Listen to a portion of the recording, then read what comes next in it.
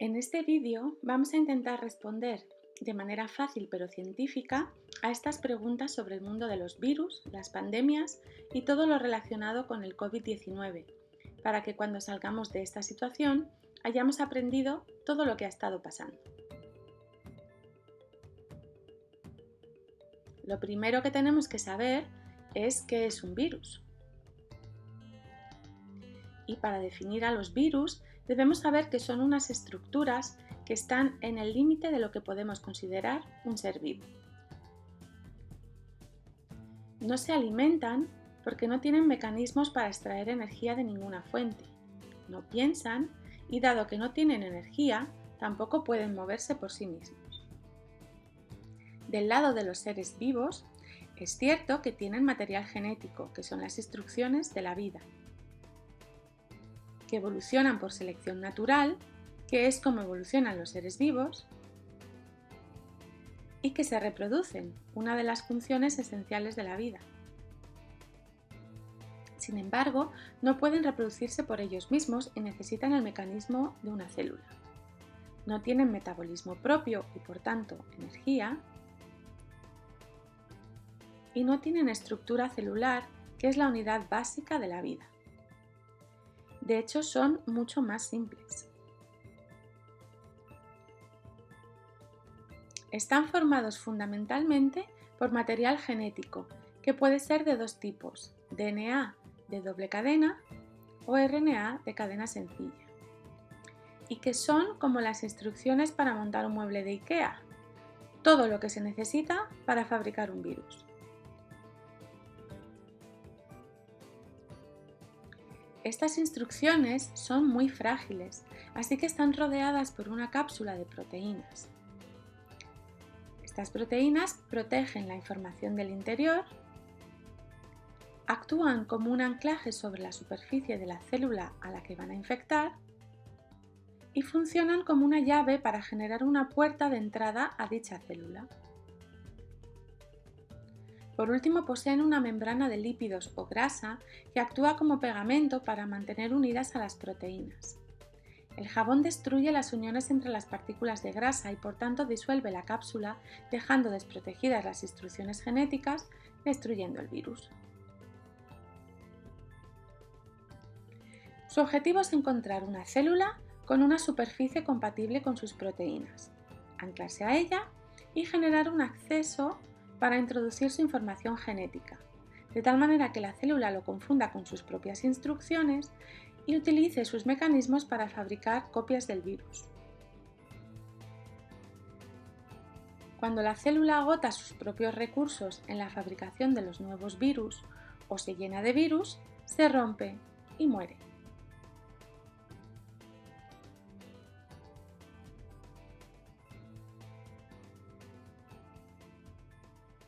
Durante el proceso de copia se producen errores, lo que se conoce como mutaciones genéticas. En muchas ocasiones estos errores no suponen cambios significativos en el virus. Algunas veces pueden hacerles menos efectivos y otras pueden hacer que no puedan infectar ninguna célula, provocando que esta copia desaparezca. Otros errores de copia les pueden dar ventajas, como ser resistentes a medicamentos o producir cambios en las proteínas llave, dándoles la capacidad de infectar a otros tipos de células o incluso a especies diferentes de las que normalmente atacan. Es muy importante saber que a los virus no les interesa matar a su anfitrión y por lo general permanecen en su organismo sin afectarle. Su momento más destructivo se da cuando sufren una mutación y saltan de especie hasta que se adaptan a ella. Realmente los virus no son ni buenos ni malos y podemos incluso aprovecharnos de ellos. Han sido una gran herramienta en la investigación que nos ha permitido conocer nuestros propios genes. En la actualidad se están estudiando como herramientas para la terapia génica, sustituyendo genes dañados por otros sanos. Y también se estudia cómo programarles para atacar específicamente células concretas, como por ejemplo las células cancerígenas, dejando intactas a las células sanas. Además, se trabaja en su uso como sustitutos de los antibióticos en la lucha contra las bacterias cuando éstas se hacen resistentes, ya que algunos tipos de virus pueden atacarlas.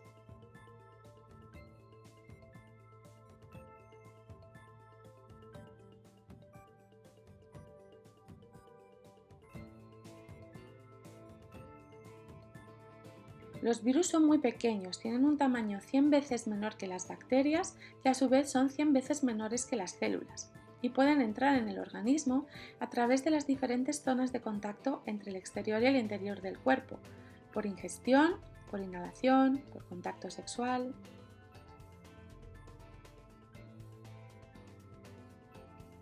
En el interior del cuerpo humano se van a encontrar con una gran fortaleza con diferentes líneas de defensa.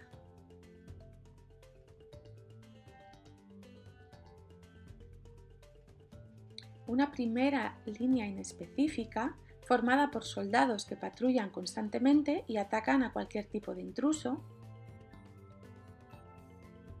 y una segunda defensa más tardía, pero preparada específicamente contra el invasor y por tanto mucho más eficaz.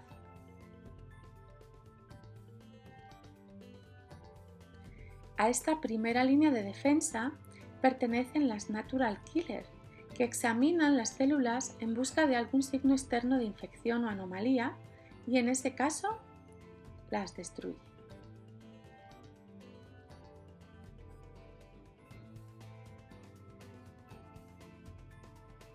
O los macrófagos, que son unos vigilantes muy hambrientos que se comen o fagocitan cualquier cuerpo extraño. En este proceso de destrucción se liberan unas proteínas, las citoquinas, que activan la segunda línea de defensa. A la llamada de las citoquinas responden las células dendríticas, que toman fragmentos del virus y lo llevan a los ganglios linfáticos, que son como cuarteles donde se forman a las tropas. Allí se forman los linfocitos T, que reconocerán al virus y destruirán las células infectadas. Este proceso genera nuevas citoquinas que a su vez llama a más defensas, como los linfocitos B, que utilizando al virus como referencia generan anticuerpos, unas estructuras que encajan y bloquean específicamente al virus, provocando su destrucción. Los primeros en producirse son los IgM y posteriormente aparecen los IgG, que son mucho más específicos y que suelen permanecer en el organismo como medida de prevención en caso de un repunte de la infección. Es lo que se llama inmunidad.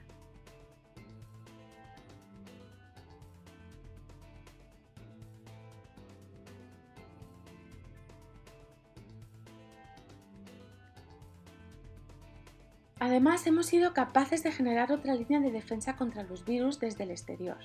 Las vacunas, la defensa más específica, consisten en presentar al sistema inmune una parte del virus, parte de su cápsula o de su material genético, o el propio virus atenuado, de tal manera que las defensas estén preparadas para reconocerlo y atacarlo desde el primer momento, impidiendo así la infección. Los antivirales son medicamentos que ponen la zancadilla al virus en alguna fase del proceso de infección. Pueden bloquear la unión del virus a la célula o también pueden introducir en sus instrucciones genéticas una secuencia de parada que impida que la copia del virus pueda terminarse.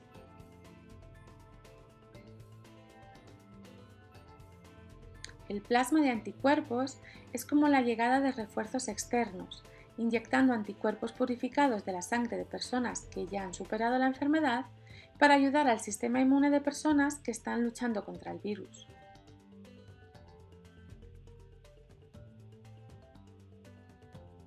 Y finalmente la inmunización colectiva o pasiva, que supone el contagio de un alto porcentaje de la sociedad, generando una barrera de inmunidad que protege a los individuos no infectados. Conocido el mundo de los virus, vamos a ver cómo es el nuevo virus. El virus se ha llamado SARS-CoV-2 por su parecido con el virus SARS-CoV-1 que apareció en 2002. La enfermedad que provoca se llama COVID-19, que viene de Coronavirus Disease 2019. Y a la familia a la que pertenece se llama coronavirus, por su apariencia externa similar a una corona. Son virus de RNA que en comparación con los de DNA tienen más tendencia a sufrir mutaciones. Sin embargo, el RNA de este virus no es de los más mutables. Esta familia de virus suele infectar a células del pulmón, del corazón o de los riñones. Se encuentran en mamíferos y en aves y por lo general no suponen ningún tipo de problema para ellos. Sin embargo, 6 de estos virus ya han dado el salto a los humanos, lo que en biología se llama zoonosis. 4 de ellos son los responsables de los resfriados comunes que sufrimos cada año. Y 2 de ellos son los responsables de 2 epidemias surgidas en las últimas décadas. El último en dar el salto ha sido el SARS-CoV-2.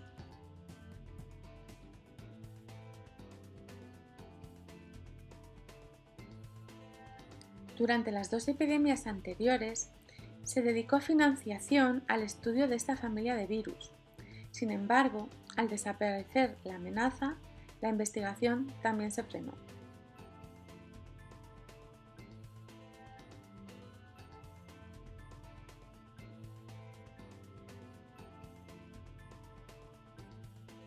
Una de las grandes peculiaridades de este virus es la de generar un largo periodo de incubación, en el que se puede infectar a más personas, lo que le da una gran capacidad de propagación.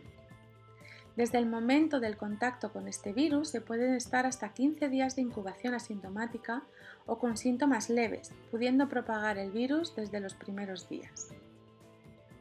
Estos son los síntomas más comunes detectados como consecuencia de la reacción del cuerpo para combatir al virus.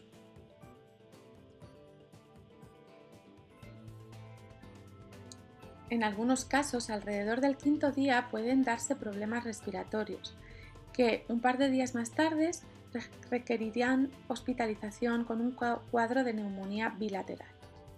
A partir de aquí comienza un largo periodo en el que el cuerpo lucha de manera severa contra el virus. Vamos a ver qué está pasando por dentro.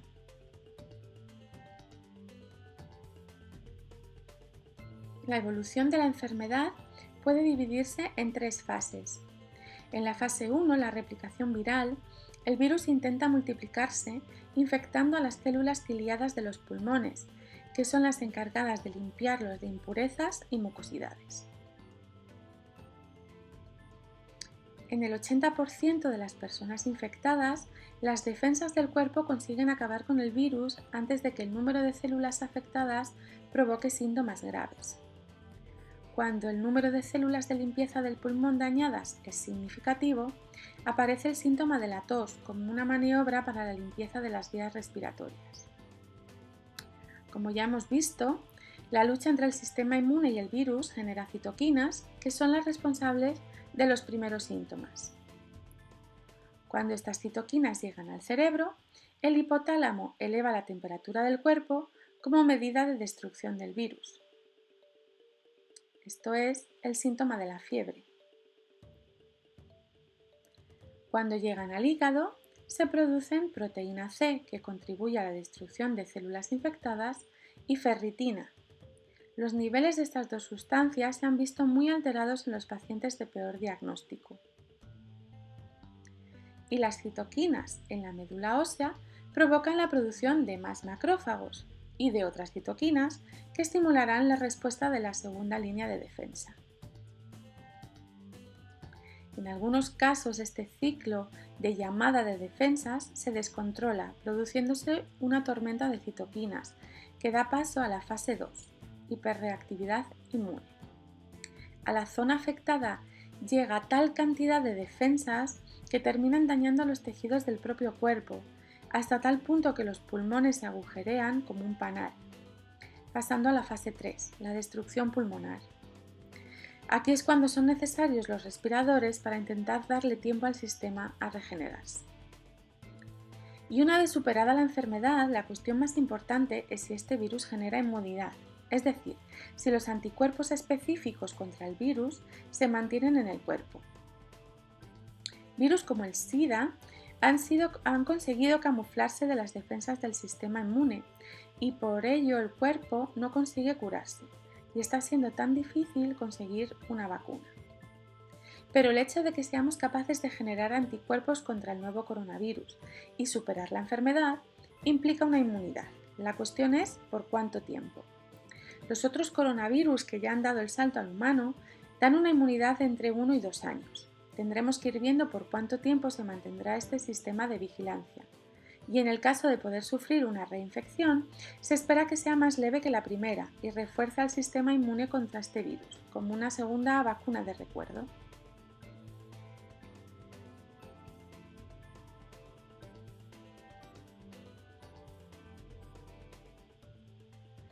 Desde la aparición del virus se ha especulado sobre su origen, surgiendo teorías conspiratorias en las que por desgracia los científicos terminan siendo los malvados. Sin embargo, tenemos pruebas suficientes para descartar estas teorías.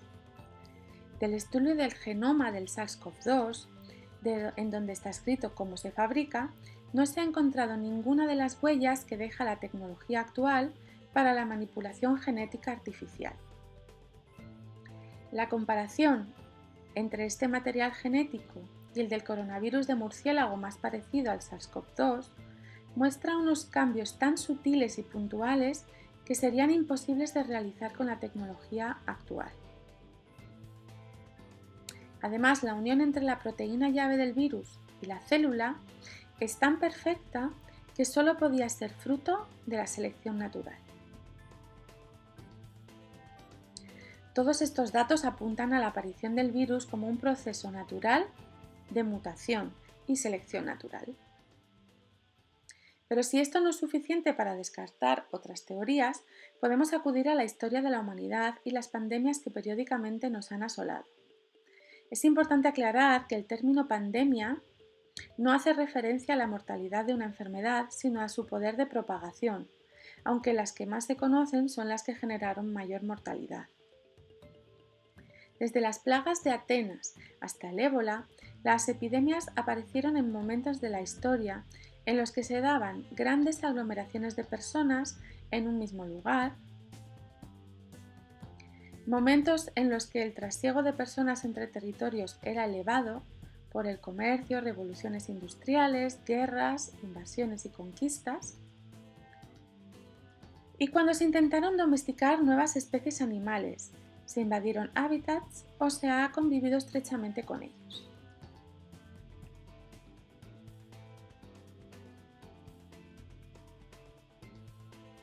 Actualmente tenemos grandes explotaciones ganaderas donde muchos animales conviven en pequeños espacios, mercados en donde animales salvajes, comida y humanos se mezclan sin protección ni control, regiones y países superpoblados, con condiciones de salubridad deficientes, convivencia estrecha entre humanos y animales salvajes sin control sanitario, y un mundo globalizado e hipercomunicado.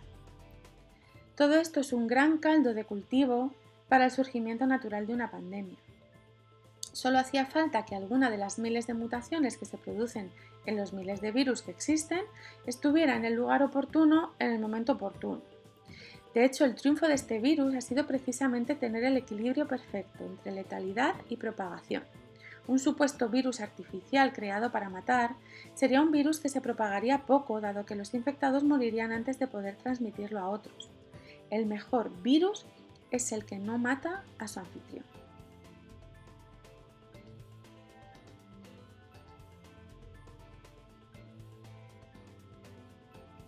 Las epidemias por SARS y MERS son otros dos buenos ejemplos de que esto podía pasar y de que volverá a pasar sin necesidad de intervención humana.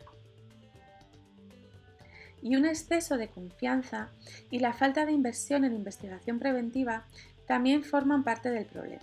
Es cierto que es complicado por parte de los gobiernos invertir recursos en algo que, aunque hay ciertas probabilidades de que pase, no se sepa ni cuándo ni cómo, por muchas evidencias que se tengan. Quizás sea el momento de pensar en invertir en otro ejército. Es curioso que sea más fácil creer en otras teorías basadas en intereses políticos o personales que alimentan odios, desconfianzas, miedos y que nos separan, cuando lo que ha quedado demostrado es que estamos más conectados que nunca, que lo de uno nos afecta a todos y que ante la naturaleza somos todos iguales.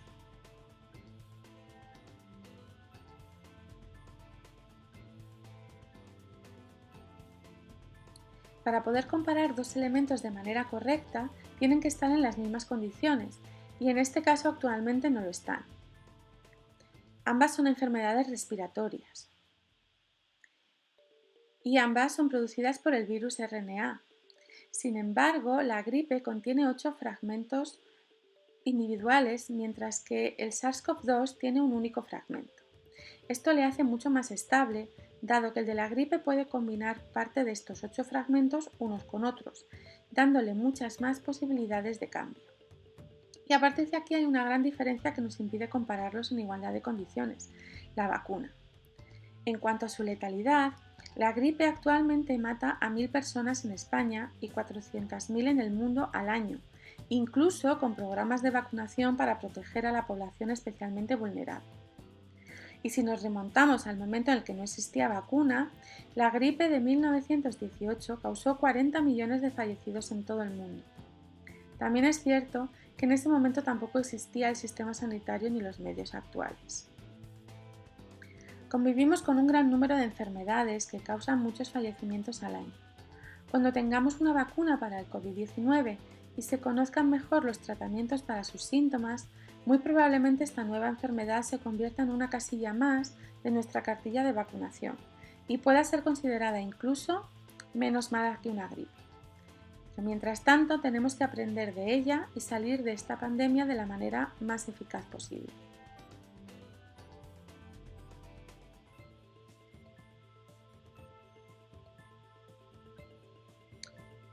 Porque sin duda saldremos. Aunque la llegada de esta pandemia ha pillado demasiado confiados a la mayoría de los países y pocos preparados para afrontarla, la realidad es que nunca la humanidad ha dispuesto de tantas herramientas y posibilidades para superar una pandemia, así que aplicándolas bien se saldrá de esta mejor que nunca.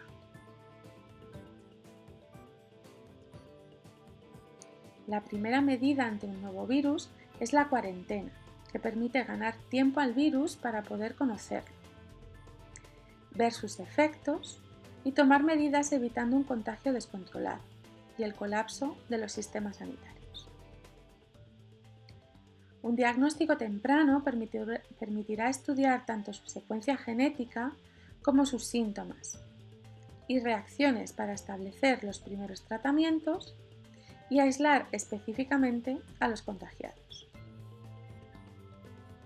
Conocida su secuencia genética, en pocas semanas pueden generarse diferentes tests diagnósticos, como la PCR, que toma una muestra de la mucosa nasal en donde el virus comienza su infección y en el caso de presencia del virus permite multiplicar el RNA utilizando los mismos reactivos que utilizan las células para multiplicar el virus.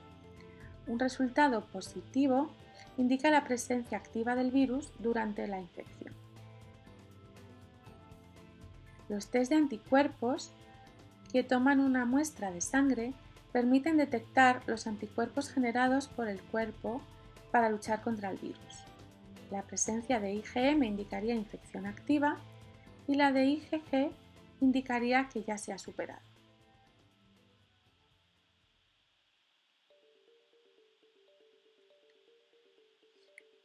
La inmunidad colectiva es una realidad por la que seguramente tendremos que pasar. Posiblemente se necesiten un par de oleadas de infección, mejor cuanto más controladas, para llegar a un porcentaje de población inmunizada que proporcionará una gran barrera de seguridad. Los antivirales, esos medicamentos que se interponen en el proceso de infección del virus. Es posible que algún antiviral ya existente, efectivo para otros virus, o mejor la suma de varios para eludir que se hagan resistentes por mutaciones, pudiera impedir la función del SARS-CoV-2. Si estos medicamentos ya están en el mercado y por tanto han pasado las pruebas para ser utilizados en humanos en cuanto a dosis y efectos secundarios, su aplicación podría ser muy rápida. Si hubiera que fabricar el antiviral de cero, el tiempo para su utilización se multiplicaría. Y por último, la vacuna. Al ser tan específica del virus, hay que fabricarla a medida y por tanto habrá que esperar a pasar todas las fases de control e investigación para que su aplicación sea segura. Saltarse cualquiera de estos pasos podría suponer un problema mayor que la propia enfermedad, dado que su aplicación sería masiva, por lo que es importante poder aplicarla con total seguridad. Ahora mismo se están probando más de 200 posibles vacunas en todo el mundo. En el tiempo que se tarde en poder aplicarse, los países tienen la importante labor de llegar a acuerdos para que puedan ser producidas y administradas por todo el mundo.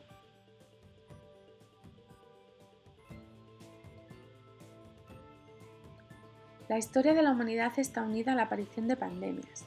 Ninguna ha podido con la especie humana y esta tampoco podrá con nosotros. Pero debemos dirigir nuestros esfuerzos en trabajar para evitar generar esos escenarios propicios para otra nueva pandemia, cuidar cada rincón del mundo, respetar los hábitats naturales de cada especie, utilizar la ciencia para conocer todas las próximas posibles amenazas y pensar a largo plazo, mirar al futuro y pensar más allá. No solo estamos más conectados que nunca entre nosotros, sino también con el futuro de los que vendrán. Y el futuro pronto vendrá.